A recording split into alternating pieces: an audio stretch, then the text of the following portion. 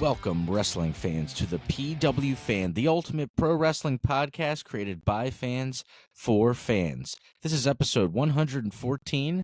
I'm your host, collector, barber, musician, and most importantly, a professional wrestling podcaster, Talk Wrestling, Tim Gilbert.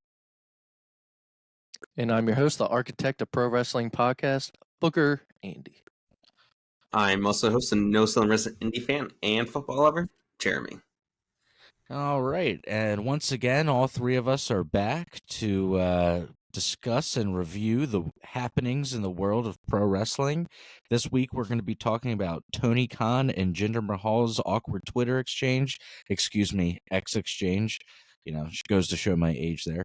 CM Punk and Drew McIntyre's promo, more WWE injuries, and we're going to be talking about a bunch of stuff as well, including TNA, which we don't normally talk about. Of course, please stick around to the end. I'm back this week. We'll be doing my classic show of the week. For social media stuff, guys, please help us out if you go look up at the PW Fan on all platforms and hit us with a follow. Goes a long way for us. On YouTube, it's youtube.com/at the PW Fan Pod.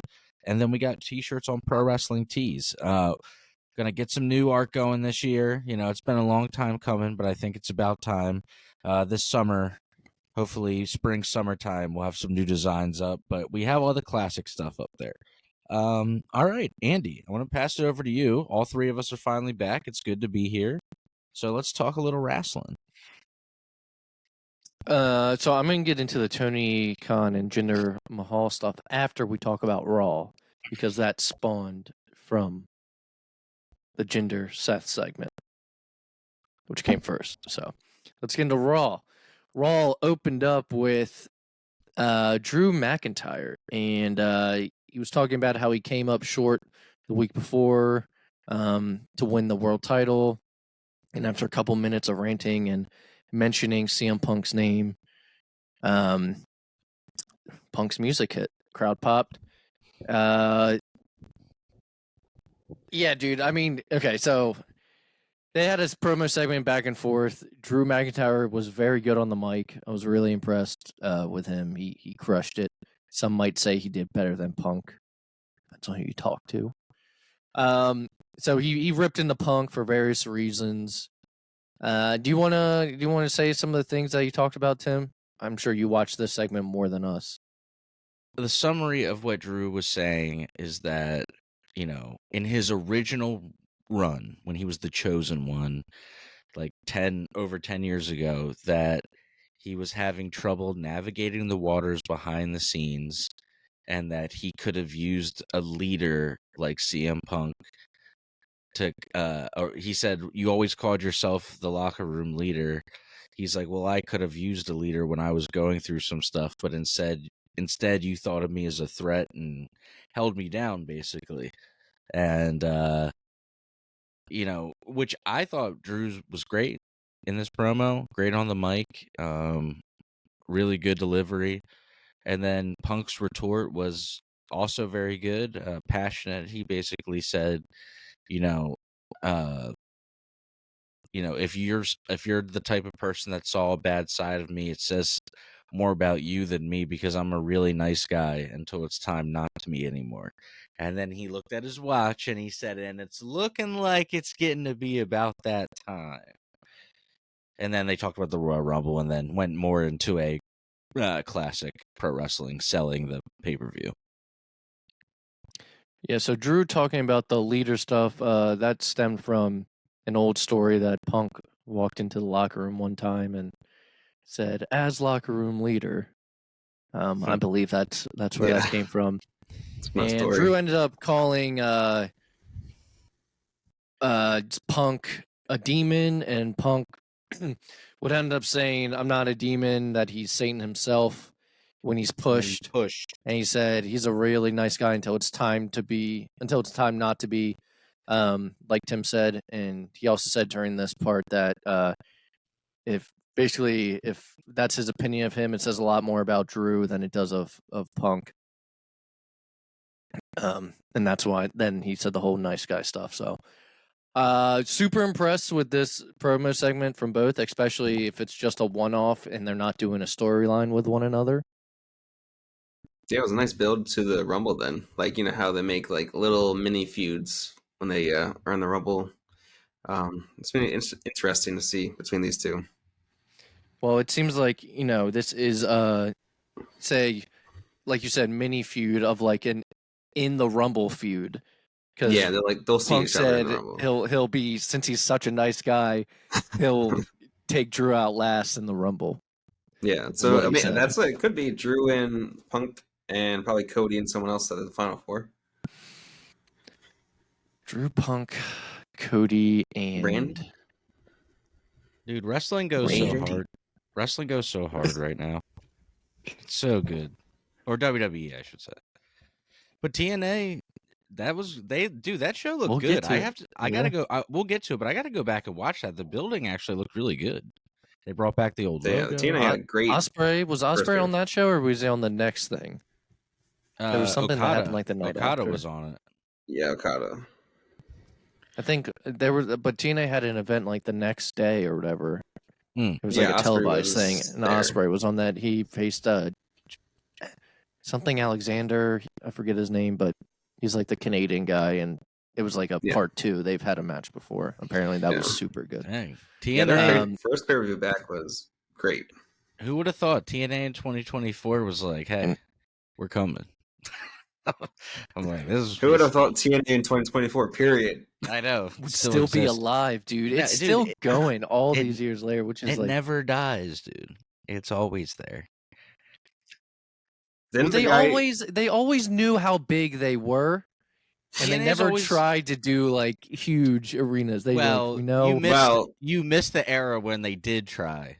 Hogan and when Bischoff, Hogan and everyone took over. They tried to go to arenas. Okay, well, let's say that they became realistic of their They stuff. tried to go to arenas, and it looked a lot like something that I'm seeing every week. I'm just saying the way it looks with the attendance. Well, before TNA we get to smart, TNA, let's dude. They ran that smaller building, but like the television like looked good. So like it looked good. It looked full. Well, it's like what NXT does. They just run that building, and they keep their size what it is. I mean, if TNA ever went on the road, I'd go see TNA at like Harvard Community. I don't know if I'm the only one. I hate that NXT. set. I hate that NXT set. I don't know why. Yeah, the one now I don't like as much as like it. when they had Full Sail University. Yeah. I thought it looked better. Well, so strong opening segment from Raw, Drew McIntyre, CM Punk. It set the tone of the show, and definitely, I think, pulled people in. But afterwards, we had a segment with Michael Cole and Nia Jax. I mean, not right away, but a little while later, and it quickly turned into a confrontation with Rhea Ripley. These two, Nia was basically claiming that Nia only didn't win the match. I believe it was in Saudi Arabia because it wasn't a singles match. At Crown Jewel, it was like 5 women. So I was talking to Jeremy about this before the pod started, that we were trying to go down the list of like what matches are going to be at Rumble, because Gunther returns tonight as we're watching Raw, and Jeremy had asked like, does he have a match? I was like, no. So I think it's usually not many.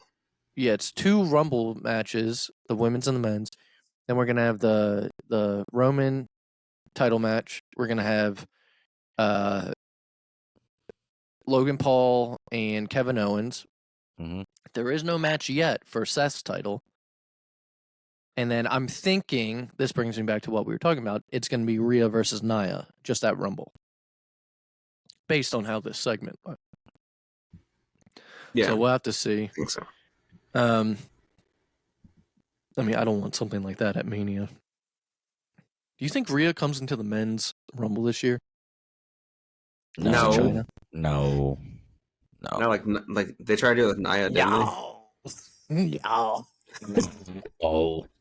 No. I got to figure out how to set. Look, guys, if you're watching on video, you can see it. I got to figure out how to set it up. I got one of these things that we can start doing funny, like, sound effects, like during Oh, like you it's like a set Stu a sound voice to it? or like, yeah, look, you just like hit that. But I gotta get the samples set up. I need to record Jeremy's me like doing awesome. Champion of the More North. editing for me. The Champion of the North.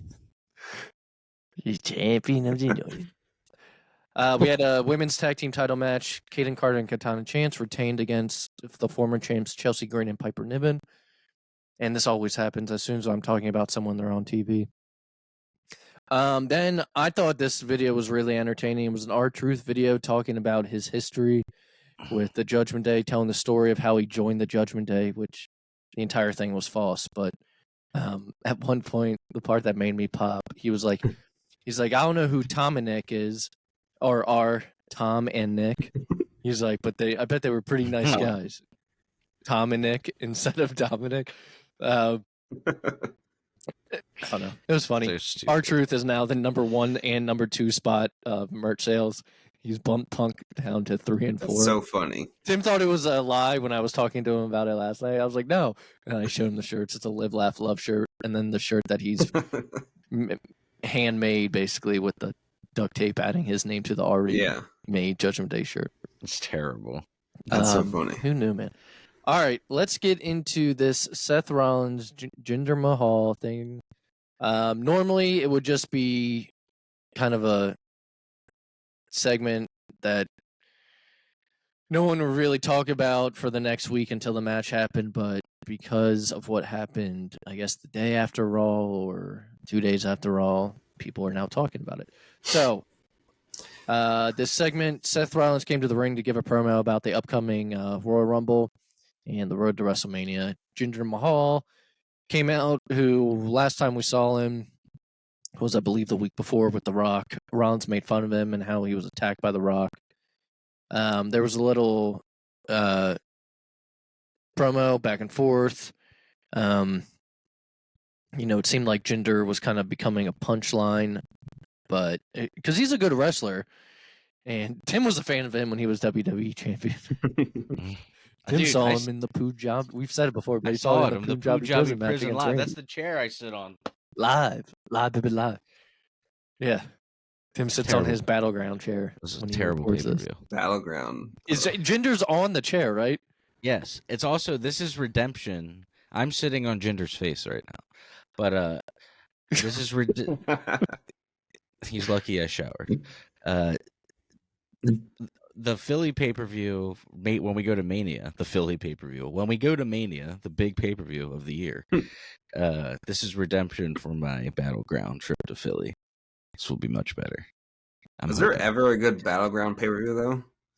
I mean, I should have known. I feel like all of them were like pretty bad.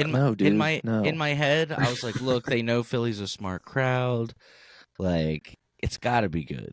And no, they were like, fuck yeah, we're going to do what we want. This is strictly this is the Vince era, though. Like, very much the Vince era. Yeah.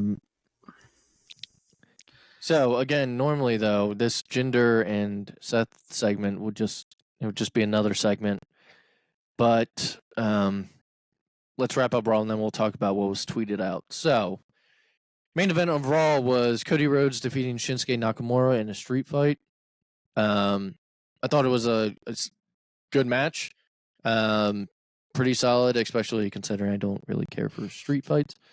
But I'm hoping this is the last these two do anything together.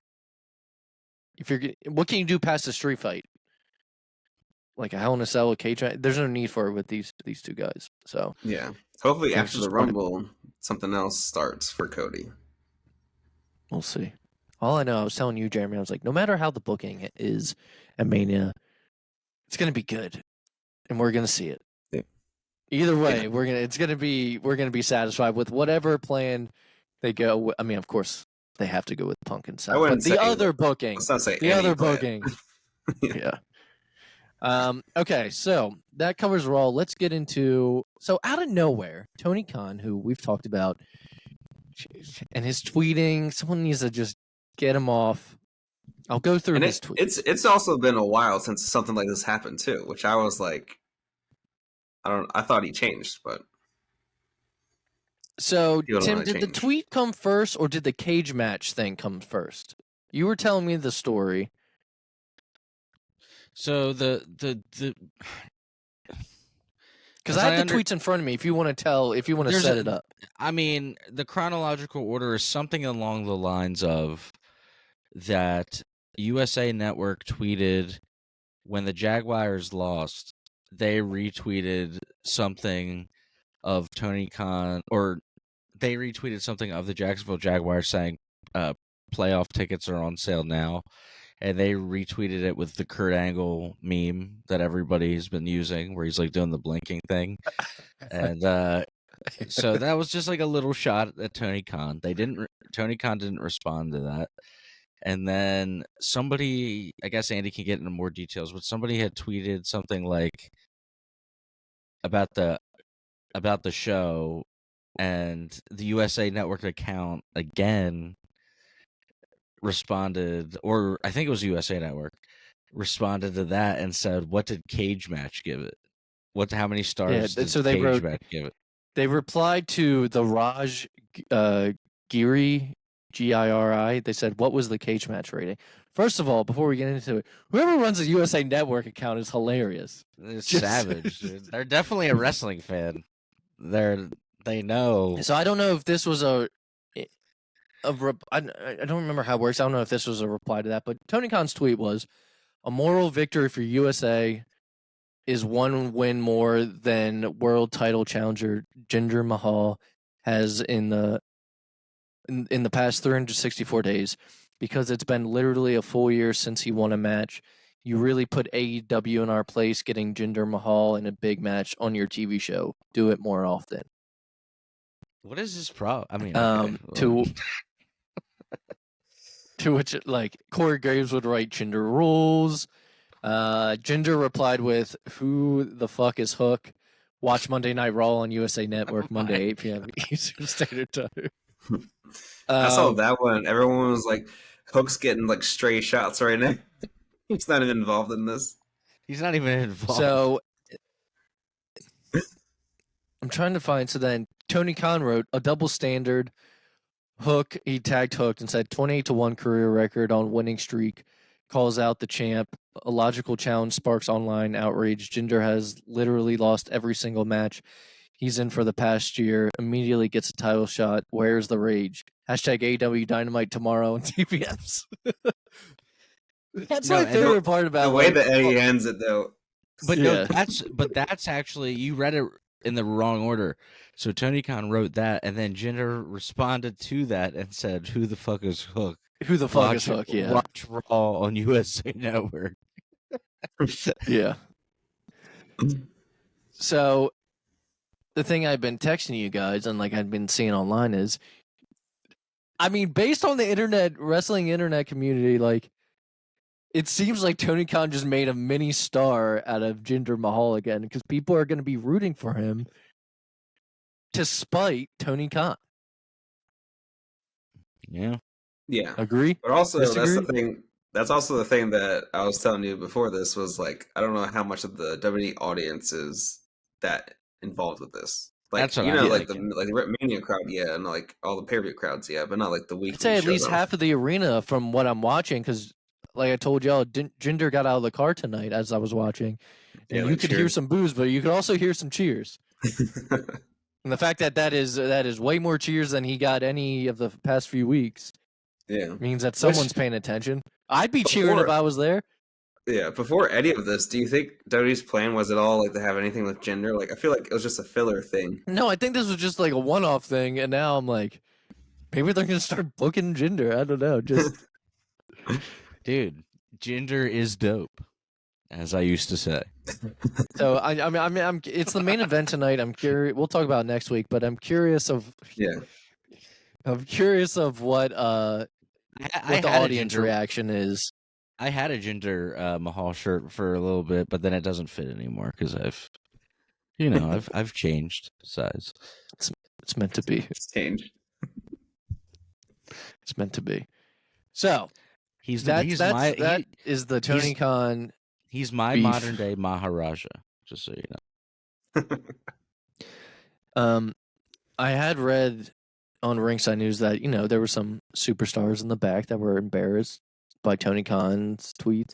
I think this happens every time Tony Khan goes left field and starts tweeting like he's not the boss of $1 million company, but Yeah. to each their own. I Number don't 2's know. always mentioning number 1. That's what bothers me. Come on, AEW. Is Daniel Bryan gonna find him? AEW's got this. Positive push, positive energy. Come on, we need AEW to keep doing good. I think everyone though. I mean, I watch AEW. I just don't want the boss to be tweeting shit. I mean, I agree. I mean, it makes sense. That's the only thing I like. Really, dude? Should we talk about while we're on AEW? Should we talk about who showed up in New Japan? Yeah, let's start with that. All right. Well, apparently security wasn't told or wasn't informed that he was going to be running in the ring. That's so funny. But a wrestler known as Jack Perry made his debut in New Japan, and he has a beard now. He's the and scapegoat. He was wearing an armband that says "scapegoat" on it, and in the middle of the ring, he ripped up what looked like his AEW contract. Now, I assume that Tony Khan, if he was with the company still, wouldn't want Jack Perry to do that. So I feel like he might actually not be with AEW anymore. I mean, I feel like he's still with AEW. Why would he show up in New Japan for the first time after not seeing him in months instead of not showing up on AEW television? I mean, why would that be your first time back? But why would that be your first time back? It's not like he showed up at Wrestle Kingdom. He just showed up on It could be that Tony Khan doesn't want him on AEW, and that's the way to get rid of him. I don't know. And also, it was funny. I saw the speaking of that Kurt Angle meme. I saw on Twitter, like people were like, when CM Punk sees Jack Perry ripping up his AEW contract, and seeing it was that easy to get fired from or out of AEW rather than punching your coworkers. Well, everyone online is saying he's not with AEW anymore. Because remember, he was suspended indefinitely, and then he made his appearance at NJPW. Doesn't he let your contract not run through then? Like, when you get suspended, like your contract is extended then because you're not wrestling. And then to have scapegoat written, it's just like, I don't know, man. I mean, wrestling does blur the lines, but if he's still working with AEW and Tony Khan, then he got me. He did say something to the camera too, something about like picking up the phone. He didn't say something like, "I can't wait to use sugar glass." And then he finds out that New Japan doesn't really use real glass either. This is cry me a river. Safer. Yeah, cry me a river. So that's the face he's making in it when he does it. Yeah, a little angry boy. I guess being friends with the Bucks doesn't actually help you get back into AEW. How's he the scapegoat though? This is what bothered me. They fired Punk too. I don't know. He's trying to make it a thing. Stop trying to make fetch whatever. Where he's the victim.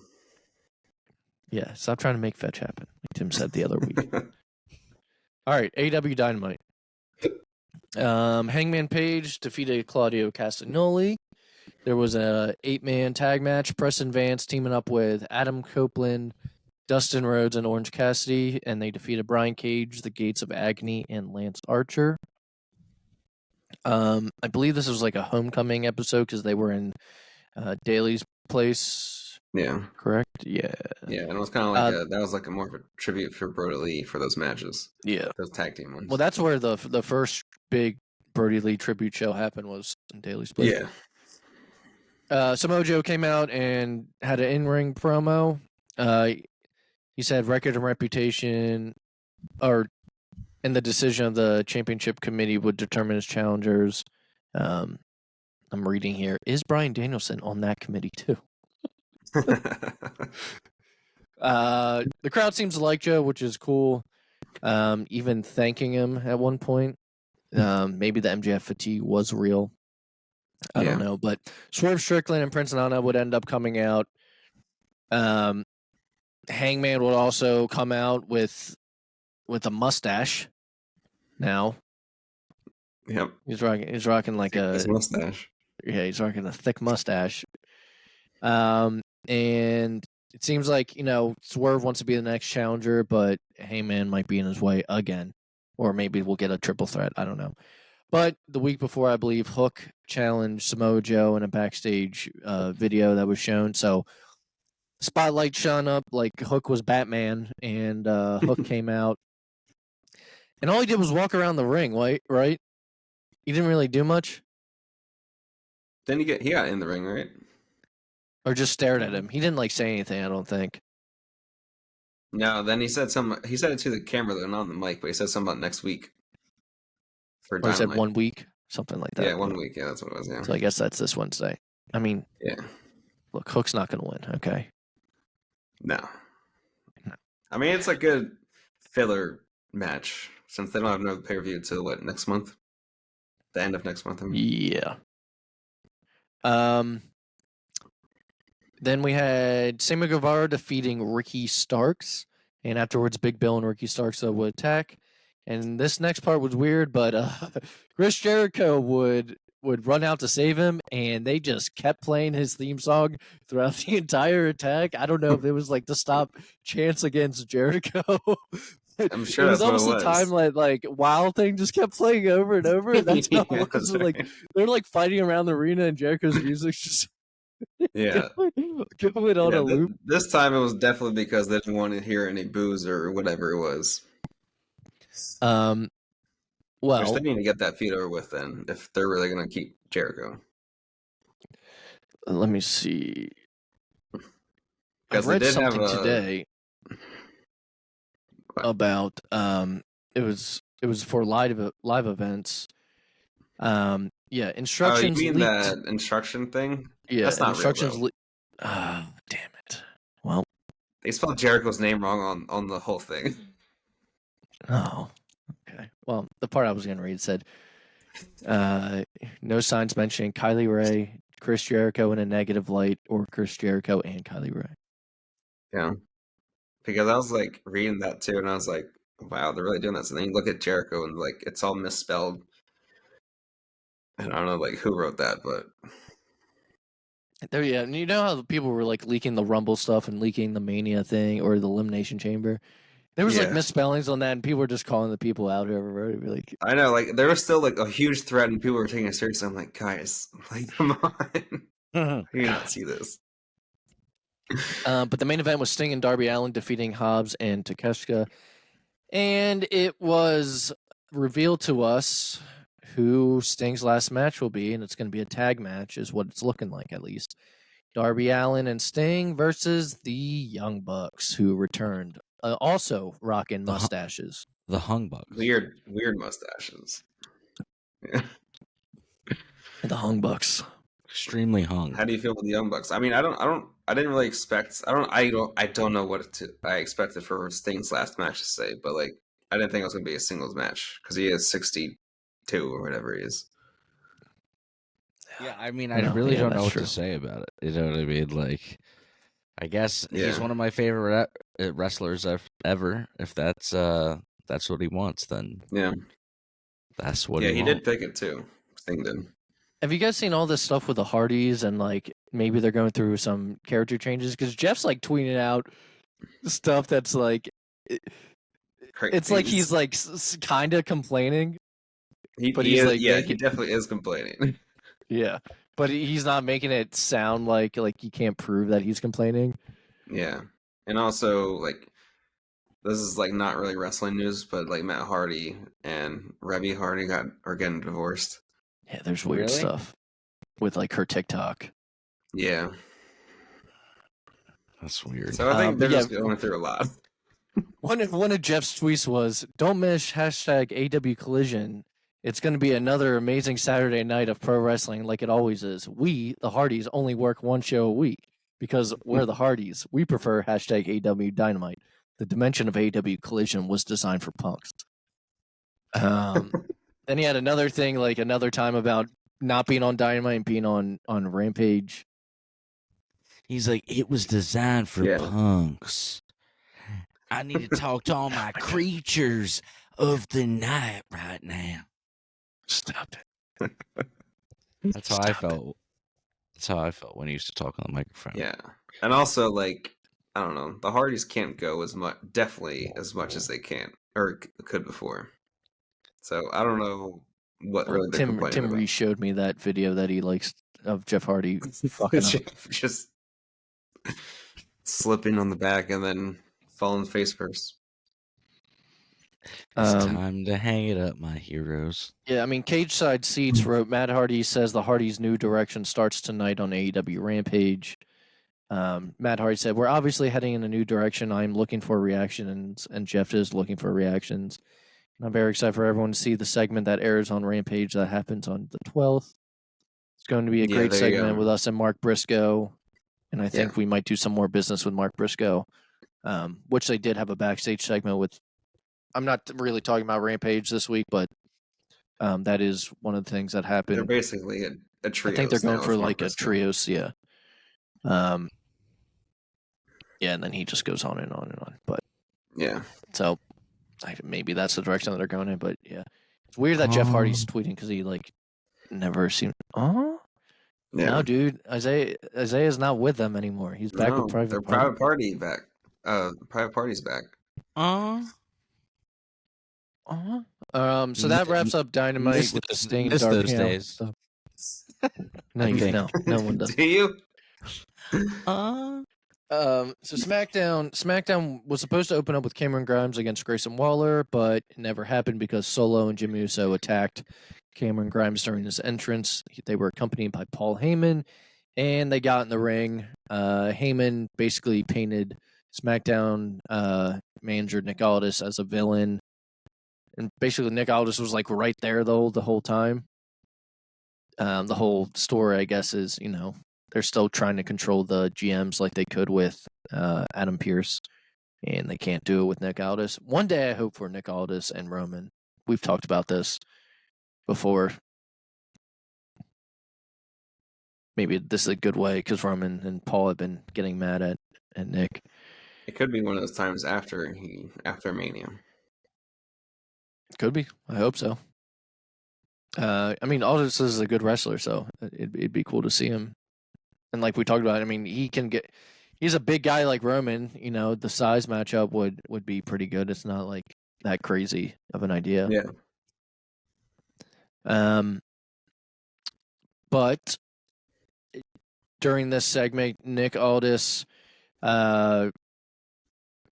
made a match for Randy, AJ, and LA Knight to team up against Solo and Jimmy and a partner of their choosing for the main event.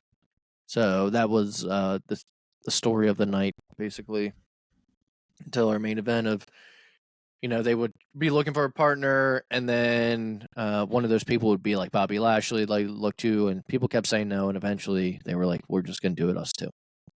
I liked when he went to try to get Carlito when he got brought on the Apple.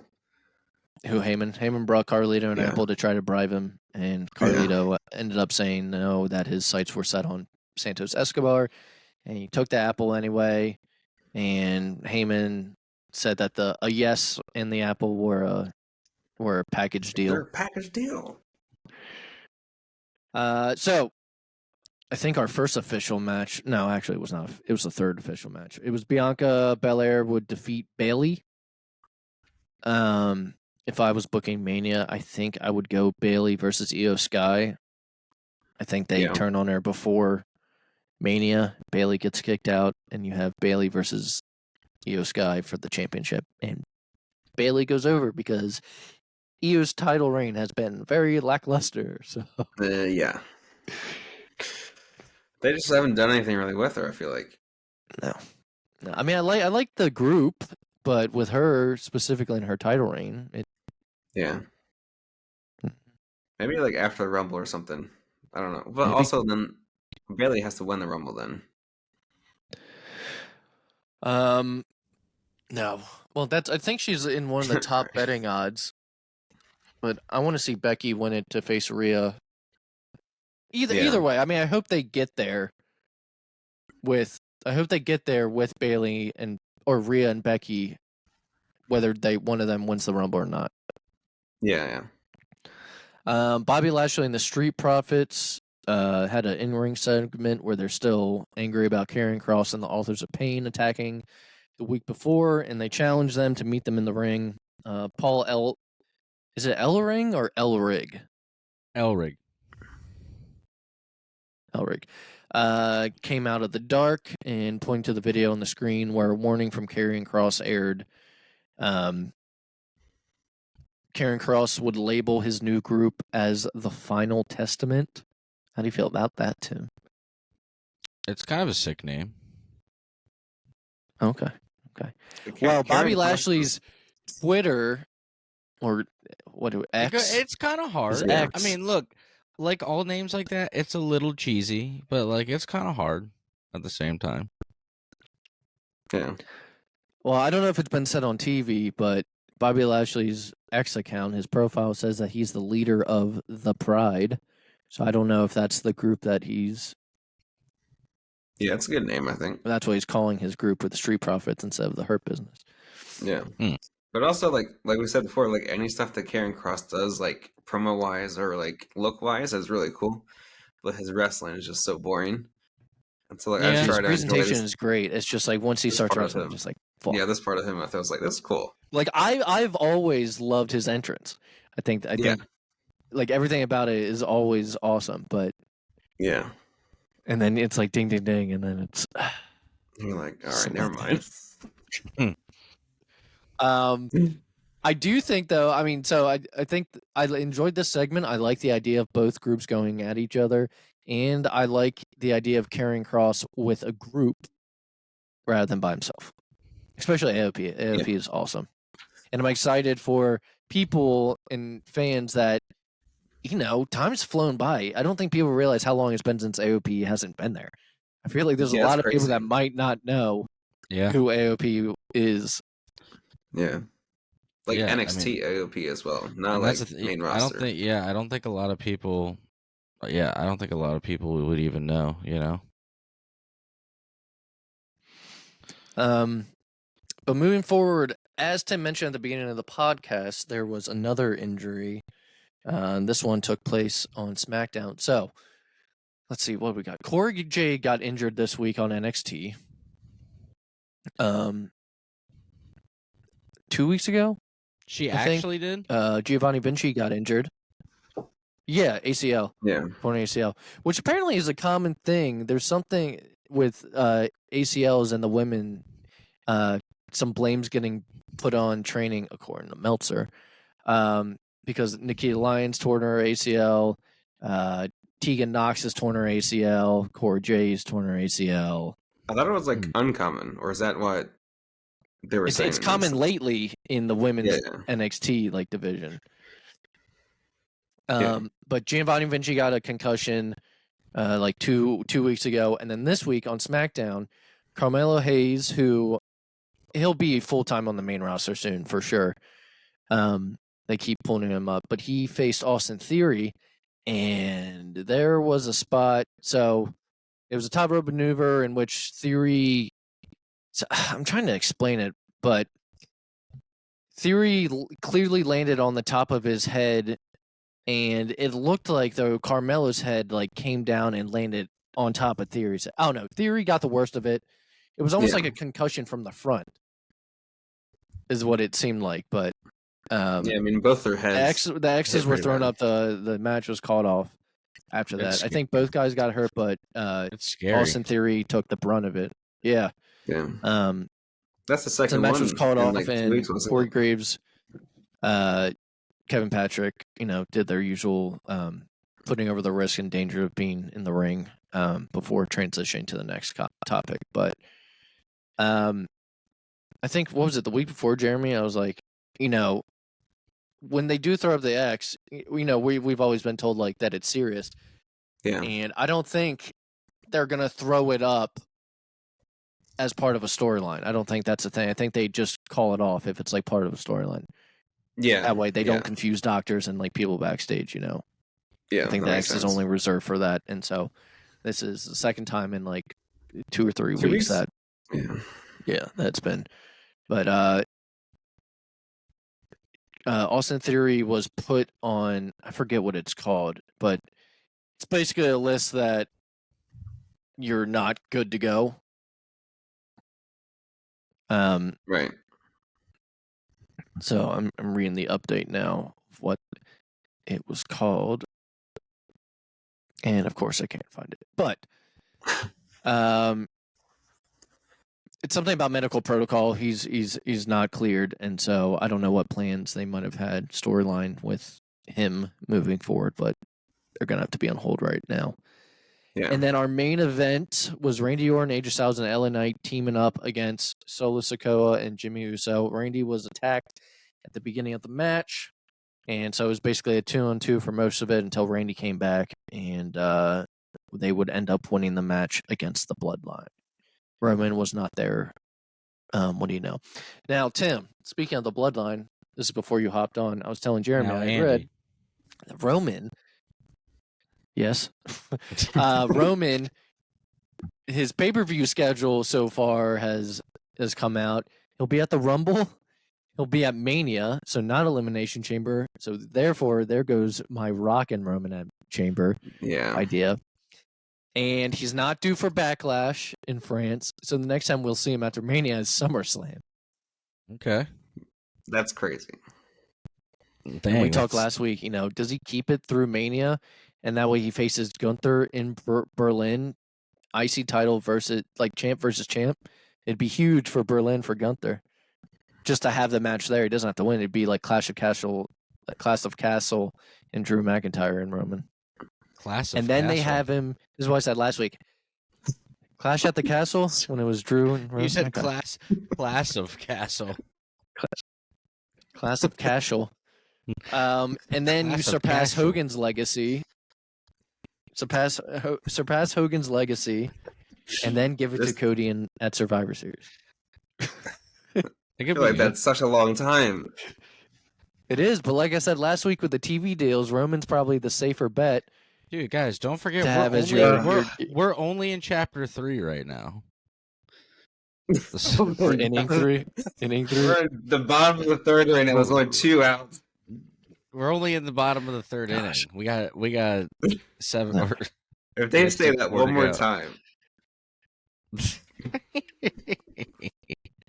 They're like, now we're in the top of the 4th.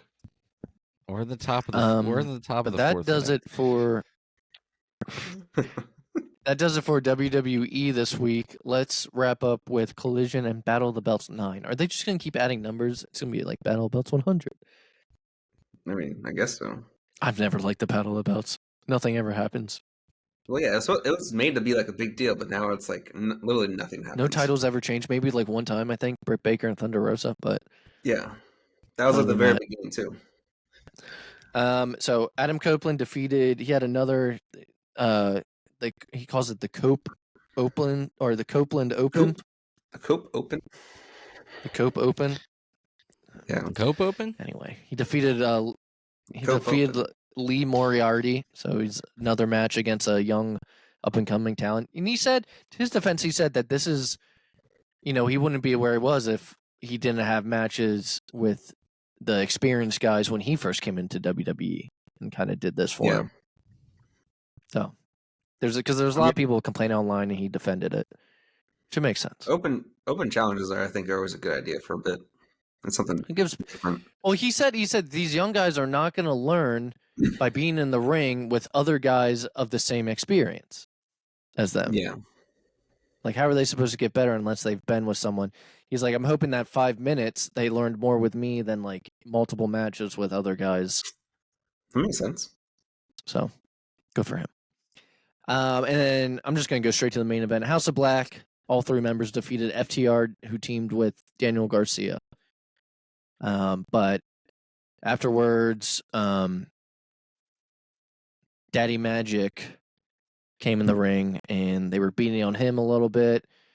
And then FTR and Daniel Garcia would get chairs, which would scare out Buddy Matthews and Malachi Black. But then they would end up hitting what's FTR's finisher called? I'm not exactly sure. Oh, come on. They pick him up. And then Yeah, it's the like first guy, I mean, a lot of finishing moves, they pick him up. pick him up and they do a code breaker to him. Well, they Yeah, did like they did a the double second person guy does pickup. Yeah, They did a double person pickup. God, now it bothers me, dude, because they say it all the time. Pick him up. They pick him up and they put him on the mat, right? It's the Goodnight Express. Was it always called that? I don't know. Is it? I mean, yeah, that's what it's saying here. It's saying it's called the Goodnight Express. I guess so. Did you just throw that out of your ass, or did you actually remember it? I'm Jamie right now. I was looking it up for you. Oh. All right. Well, thank you, Jamie. Hey, J-Mo. Okay. 7-star collision though would go. I don't know, man. I don't think that's a finisher move. I don't care enough the big anymore. Rig. The Mind Breaker, the Big Rig, Brainbuster. Anyone that's listening probably actually knows, and they're screaming right now. I don't know what's happening. Anyway, that's Collision, guys. Yeah, real fun. Battle of the Belts, real quick. Go through it.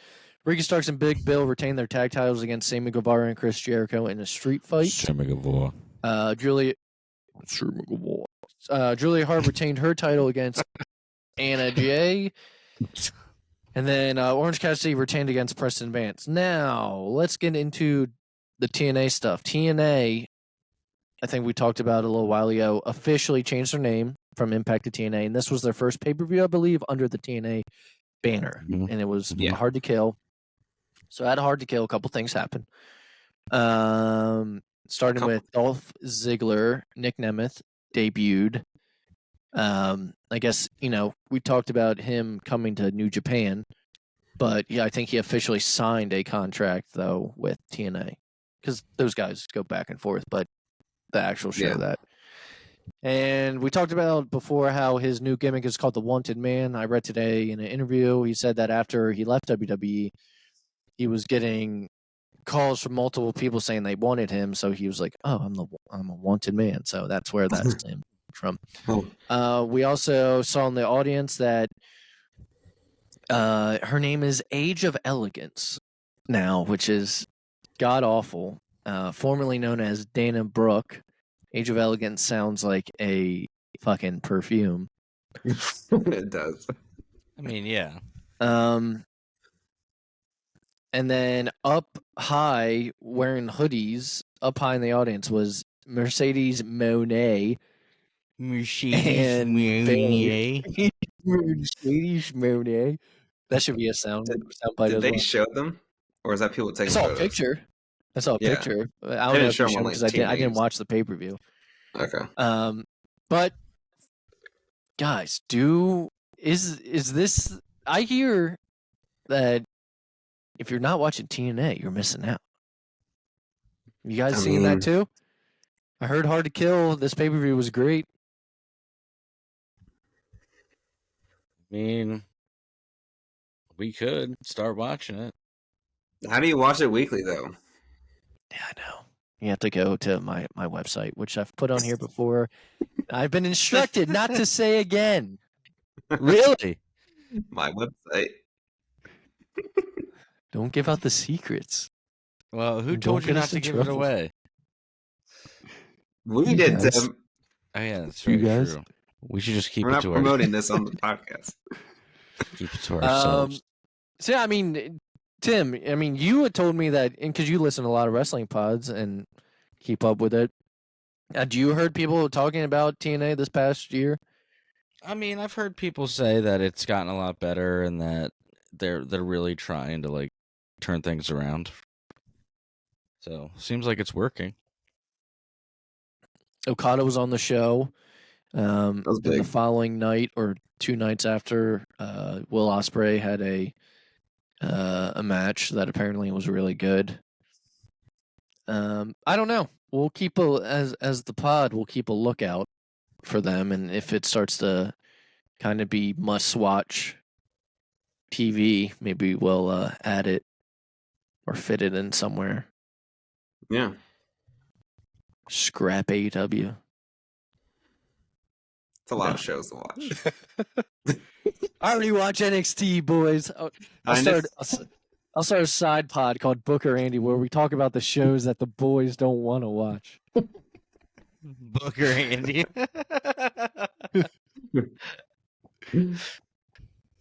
Side shows with Booker Andy. Side shows. That's funny. But that's all for today. 2 weeks is the Rumble, January 27th. I can't wait for that. And of course, we'll be covering with that. I'm hoping that this is, again, the restart of all of us being here every week. Yeah, feels good. I am the constant. I am the All right, glue. Andy. Andy is like Andy's Booker. like And he's like Sting in WCW. he never left.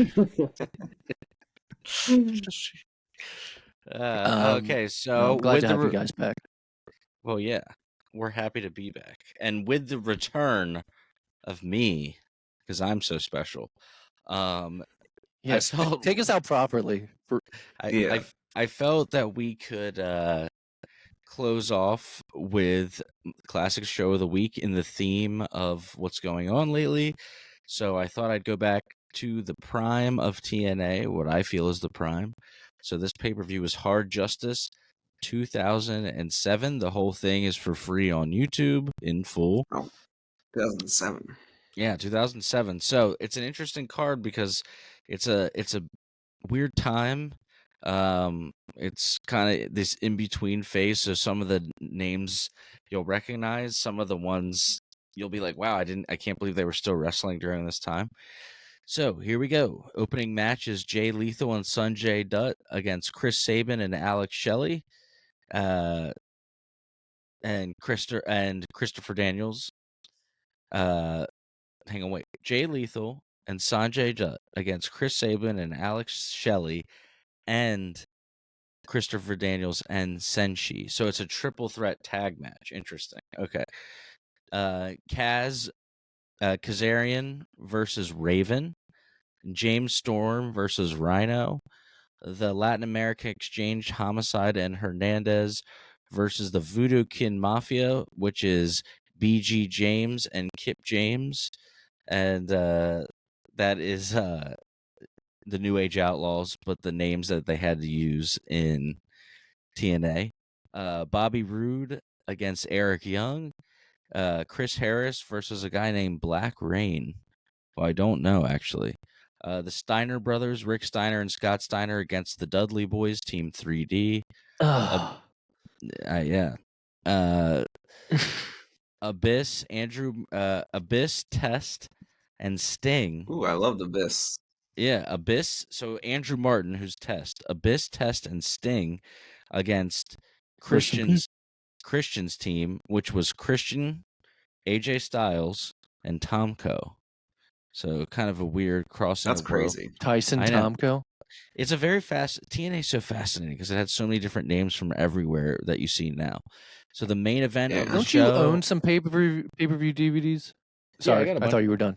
No, I got one more, but I got a bunch of TNA DVDs over there. And the close out the night is Kurt Angle in his he's really in his prime here. So Kurt Angle versus Samoa Joe. Angle. Angle. Perk Angle. That's what it was then. Yeah, and they go. It looks like they As go. the kids call him these days. They all say Perk Angle was something else. The full match. The full match him is doing that flip.